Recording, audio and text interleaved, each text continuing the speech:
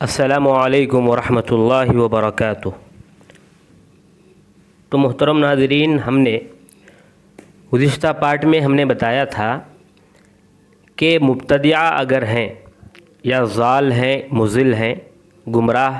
فرقے کے افراد ہیں تو ان کی کتابوں کو ہمیں دور سے ہی ہٹا دینا چاہیے، نہ ان کو اپنی لائبریری میں شامل کرنا ہے، نہ ان کو پڑھنا ہے۔ اور آخری میں ہم نے ایک بات کہی تھی کہ بعض اوقات میں ضرورت کے وقت پڑھ بھی سکتے ہیں، لیکن کون پڑھیں گے، آئیے آج کی اس ویڈیو میں معلوم کریں گے۔ ضرورت کا وقت بھی ہے تو آپ چند صفات کو اپنے اندر پاتے ہیں تبھی جو ہے آپ ضال یا مضل یا مبتدعہ کی کتابیں پڑھیں، ورنہ ان کو ہرگز نہ پڑھیں۔ اچھا، کون پڑھ سکتے ہیں؟ وہ آدمی پڑھ سکتا ہے جو آدمی عالم ہے، اور جاہل آدمی نہیں پڑھ سکتا۔ اب جاہل سے مراد آپ یہ نہیں سوچنا کہ جاہل تو کتاب پڑھتا ہی نہیں ہے۔ میری مراد جاہل سے کون ہے؟ وہ آدمی جو حق اور باطل کے درمیان فرق نہیں جانتا، ابھی اس کے اندر اتنی صلاحیت نہیں آئی ہے، ابھی وہ اتنا جانکاری رکھنے والا نہیں ہوا ہے کہ جس کو حق کیا ہے، باطل کیا ہے، ان کے یعنی باطل کے استدلال کیسے ہوتے ہیں، یہ اگر جب تک اندازہ کرنے نہ آئے اس وقت تک ہم کیا کریں گے؟ مبتدعہ کی کتابوں سے ہمیشہ ہمیشہ دور رہیں گے۔ کیوں؟ اس لیے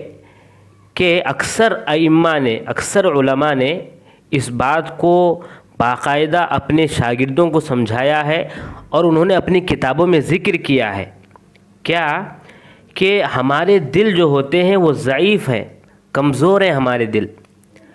تو ہم جب بھی کسی بدعتی کی بات سنیں گے، اس کی دلیل سنیں گے، تو ہم کیا سمجھنے لگیں گے؟ ہاں، یہ صحیح ہے، یہ تو استدلال قرآن سے کر رہے ہیں، یہ حدیث سے استدلال کر رہے ہیں۔ ہمارے ذہن میں یہ بات جب آ جاتی ہے تو ہم حق اور باطل میں فرق کرنے کی تمیز نہیں رکھ پاتے، اور ہم باطل کو بھی حق سمجھنے لگتے ہیں۔ جیسا کہ سفیان ثوری رحمہ اللہ فرماتے ہیں کہ اگر آپ کسی بدعت کے بارے میں سنتے ہیں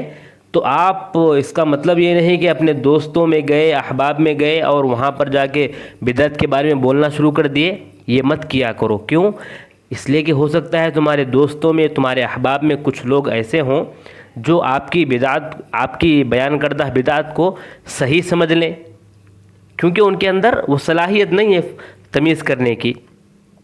اسی طرح امام ذہبی رحمہ اللہ فرماتے ہیں کہ اکثر ائمہ نے، یعنی اسی قول کے بعد سفیان ثوری رحمہ اللہ کے قول کو نقل کرنے کے بعد امام ذہبی رحمہ اللہ تعلیق چڑھاتے ہوئے فرماتے ہیں کہ اکثر ائمہ نے اس طرح جو ہے بدعتی لوگوں کی باتوں کو پھیلانے سے منع کیا۔ کیوں منع کیا؟ اس لیے کہ ہمارے دل کمزور ہیں اور ہم ان کی باتوں کو قبول کر لیں گے۔ اسی لیے بعض علماء کہتے ہیں کہ جب تک آپ حق کو ازبر نہ کر لو اس وقت تک جو ہے باطل کو ہرگز مت پڑھو۔ اس لیے نہیں کہ باطل طاقتور ہے، باطل میں دم ہے، نہیں، اس لیے کہ آپ کے اندر دم نہیں ہے، آپ کمزور ہیں۔ آپ ان کی باتوں کے اندر بھی دم سمجھنے لگیں گے جب آپ کو حق کے بارے میں مکمل نہ معلوم ہو۔ ابن الارزق غرناطی رحمہ اللہ ایک کتاب ہے قوت القلوب، اس کتاب پر یہ کتاب اصل میں ابو طالب المکی کی ہے، تو اس کتاب پر تبصرہ کرتے ہوئے آپ فرماتے ہیں کہ اس میں بعض آراء ایسے ہیں جو علماء کے آراء سے مختلف ہیں، اور بعض جگہ تو اجماع کی مخالف آراء بھی اس کتاب میں نقل کیے گئے ہیں۔ تاہم اس کتاب میں وعظ ہے، تذکیر ہے، آخرت کی فکر کی طرف ابھارنے والی باتیں ہیں، تو اگر کوئی آدمی طالب علم ہے یا اچھا جانکاری رکھنے والا ہے، وہ اگر پڑھے تو میں یہی کہوں گا کہ وہ ایک دم محتاط ہو کر پڑھے کہ کہیں غلط باتوں کو بھی وہ صحیح سمجھ نہ لے۔ اگر عوام ہے تو میں تو جائز ہی نہیں سمجھتا کہ وہ آدمی، عوام میں سے کوئی آدمی اس کتاب کو پڑھے۔ تو اس سے کیا معلوم ہوا؟ معلوم ہوا کہ اگر آپ کے اندر اتنی صلاحیت نہیں ہے کہ آپ حق اور باطل کے درمیان تمیز نہیں کر سکتے تو آپ ایسی کتابوں کو ہرگز نہ پڑھیں، ضرورت ہے تب بھی نہ پڑھیں۔ اب کوئی کہنے والا کہے گا کہ بھائی یہ تو پرانی بات ہے، یہ تو ہم پہلے سے جانتے ہیں، بڑے بڑے ائمہ نے کہا ہے کہ ہر ایک کی بات لی جا سکتی ہے، ہر ایک کی بات ٹھکرائی جا سکتی ہے، صرف محمد صلی اللہ علیہ وسلم ان کی بات ٹھکرائی نہیں جا سکتی۔ آپ جانتے ہیں کہ نبی صلی اللہ علیہ وسلم کے علاوہ سب کی بات لی جا سکتی ہے اور سب کی بات ٹھکرائی جا سکتی ہے، لیکن آپ یہ نہیں جانتے کہ کون سی بات ٹھکرانی چاہیے، کون سی بات نہیں ٹھکرانی چاہیے۔ آپ ایسی بات جو ٹھکرانی چاہیے اس کو بھی آپ قبول کر لیں گے، کیوں؟ اس لیے کہ آپ کے اندر وہ صلاحیت نہیں ہے۔ اسی لیے سجزی رحمہ اللہ فرماتے ہیں کہ جن لوگوں کی حالتیں بدل گئی ہیں تو ان کی تصانیف سے دوری اختیار کرنا چاہیے، کیونکہ اس میں ایسے بچھو ہوں گے جن کے زہر کا توڑ کہیں نہیں ملے گا۔ یعنی ان کتابوں کو آپ اٹھائیں گے، پڑھیں گے، ایسی زہر آلود کتابیں ہوتی ہیں کہ آپ کو گمراہ کر کے چھوڑ دیں گے۔ محمد رشید رضا فرماتے ہیں کچھ کتابوں کی طرف اشارہ کرتے ہوئے کہ عوام اور طلاب کو ایسی کتابوں کو پڑھنے سے منع کیا جائے جو ان کے عقیدے اور ان کے منہج کو خراب کرتے ہیں یا ان کے منہج پر اثر ڈالتے ہیں، کیونکہ وہ اس کوے کی طرح ہوں گے۔ اگر وہ کتاب پڑھنا شروع کریں تو وہ اس کوے کی طرح ہوں گے جو ہنس کی چال چلنے کی کوشش کرے اور اپنی چال بھول جائے، نہ ادھر کے رہیں گے نہ ادھر کے، بلکہ گمراہ ہو کے رہ جائیں گے۔ یہ رشید رضا رحمہ اللہ فرماتے ہیں۔ البتہ کوئی عالم ہے، محقق ہے، اور یا کم سے کم وہ فرق کرنے والا ہے، صحیح کیا، غلط کیا، حق کیا، باطل کیا، اس کو معلوم ہے، جانکاری ہے، تو ایسا آدمی ایسا نہیں کہ خواہش سے لے کر بیٹھ گیا، ایسا نہیں کرنا، بلکہ ضرورت کے وقت، ضرورت مطلب کیا، آپ کو کسی کتاب پر رد کرنا ہے یا کسی کتاب کی گمراہی کے بارے میں بتانا ہے، نقد کرنا ہے، یا لوگوں کو اس کتاب کے بارے میں بتانا ہے، تو ایسے وقت میں آپ پڑھ سکتے ہیں، کتاب پر رد کرنے کے لیے، اس کی خامیوں کو بتانے کے لیے، نقد کرنے کے لیے،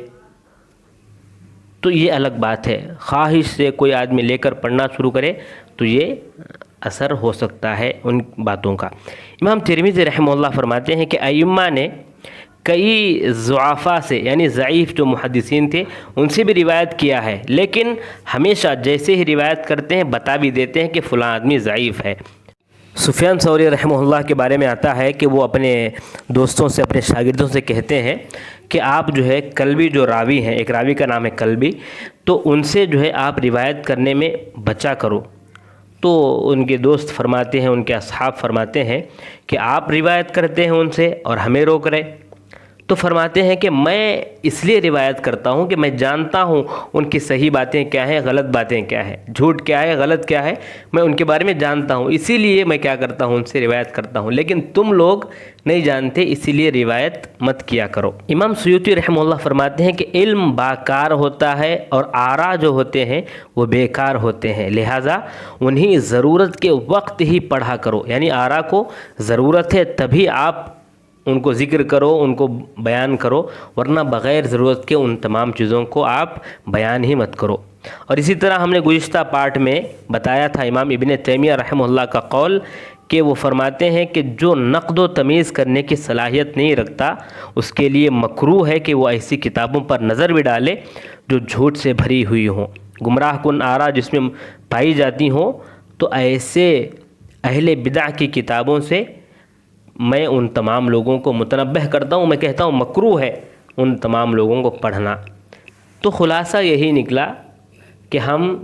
اس وقت اہل بدع کی کتابوں کو پڑھیں گے جب ہمیں ضرورت ہو اور ہمارے اندر صلاحیت ہو حق اور باطل کو پرکھنے کی، ان کے درمیان تمیز کرنے کی، اور ہم